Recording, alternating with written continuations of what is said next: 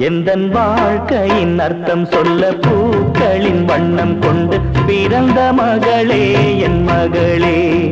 நான்